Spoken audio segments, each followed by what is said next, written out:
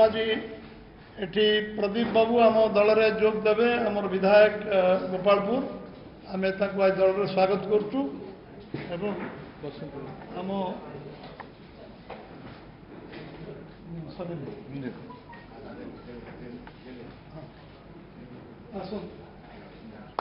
भारत माता की जय। भारत माता की जय। नरेंद्र मोदी जिंदाबाद जिंदाबाद जिंदाबाद नरेंद्र मोदी जिंदाबाद जिंदाबाद जिंदाबाद प्रदीप बाबू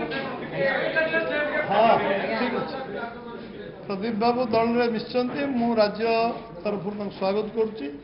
से जन टाणुआ विधायक पूर्वतन मंत्री थिले एवं विभिन्न राजनीतिक कारण शिकार होती आज से भारतीय जनता पार्टी आम सहित सामिल होती आशा करी दल निश्चय शक्तिशाली हम केवल गंजाम जिलार नुहे सारा ओडिशा रे गंजाम मंडीबाज ओडिशार शक्तिशाली हम